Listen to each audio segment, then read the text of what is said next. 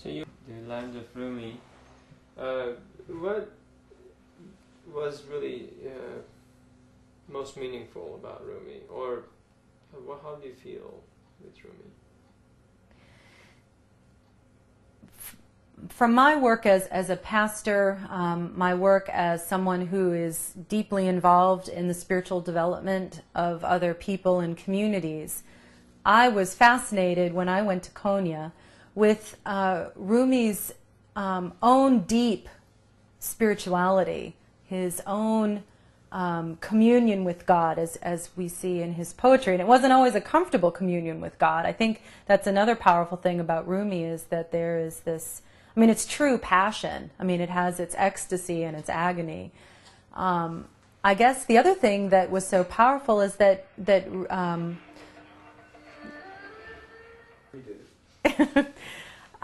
other thing that impressed me deeply about Konya and Rumi is not only his personal and religious depth, his own ecstatic spirituality, but the fact that he founded a community of folks, that he was able to not just have a personalistic, individualized relationship with God, that, you know, it was only between him and God, but that he was able to expand that ecstatic communion with God into a brotherhood, into a bigger community.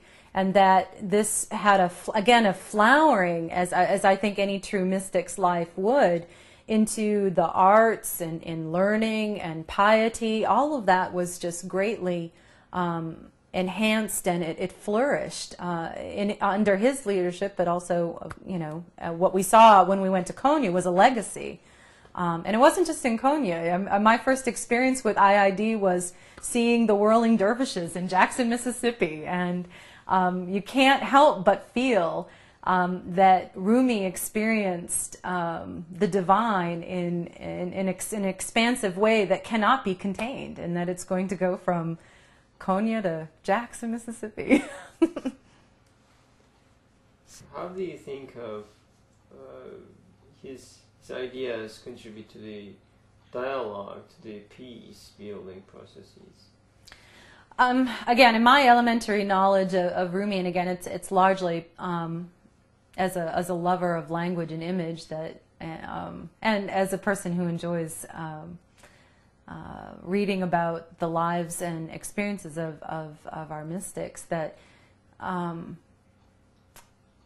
gosh, I forgot the question. The dialogue and peace. Oh, dialogue and peace, right. That I feel that Rumi is a lover. He is, you know, it basically boils down to that he is a lover. He is a lover of God. He is a lover of humanity.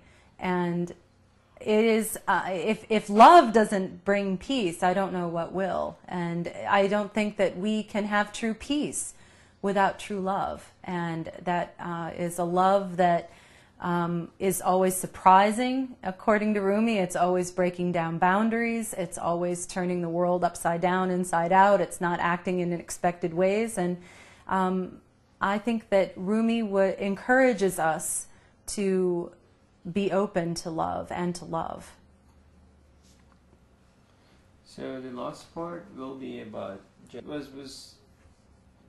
how do you feel about the caricatures in Europe about the Prophet of Islam? I think it would be about the cartoons, right? Cartoons. Yeah.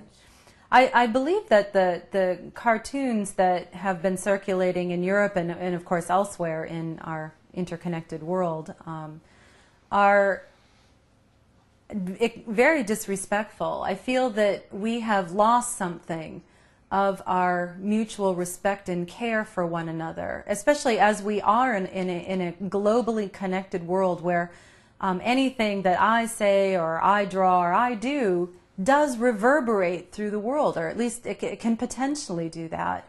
And I don't think we have learned deeply enough, well enough, adequately enough, that we need to be better custodians of what we're going to bring to that global environment. And I'm not talking about censorship, but I am talking about being able to be responsible as a global citizen in ways in which the way that we need to be aware of the ways in which we may hurt others, that we may detract or attempt to diminish what is most meaningful and tender and sacred to them.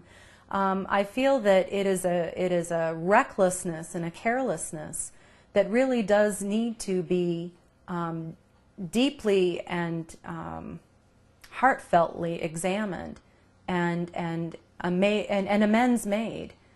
Likewise, I think again that how we respond to these things also is important. That when there are offensive cartoons such as we have seen, that this again is an occasion to be in dialogue, to be able to say, this has offended me or this has hurt me, and I want to tell you why. So again, doing it in a non-violent way, but being very clear as to why this has why this is affecting people's lives and how we can change. And you know, I don't know. I mean, obviously, I would think that some of it is ignorance, so that that educational piece would be important. And for the element that it is boils down to hard-heartedness, we as other practitioners of other faiths and in a global community, we have to stand up and say this is not acceptable.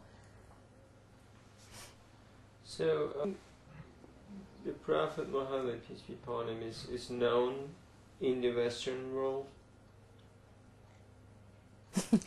I would hesitate for me to kind of speak on behalf of the Western world as far as their knowledge of the Prophet Muhammad. I would say that I don't know enough about the Prophet Muhammad. I would love to learn more. I feel like I had a very rudimentary knowledge before I went to Turkey. I feel like I gained more appreciation and understanding being in Turkey, that now that I have friends of the Muslim faith, I feel that I'm always learning more. But I would say that that's an ongoing process, and I'm not sure we could ever know enough or think we know something adequately. And I guess I would say that it needs to be embedded, that knowledge of the Prophet Muhammad needs to be embedded in real relationships with practicing Muslims. That wasn't anything other than you've said to say. I would like to ask you what you've known about Prophet of Islam.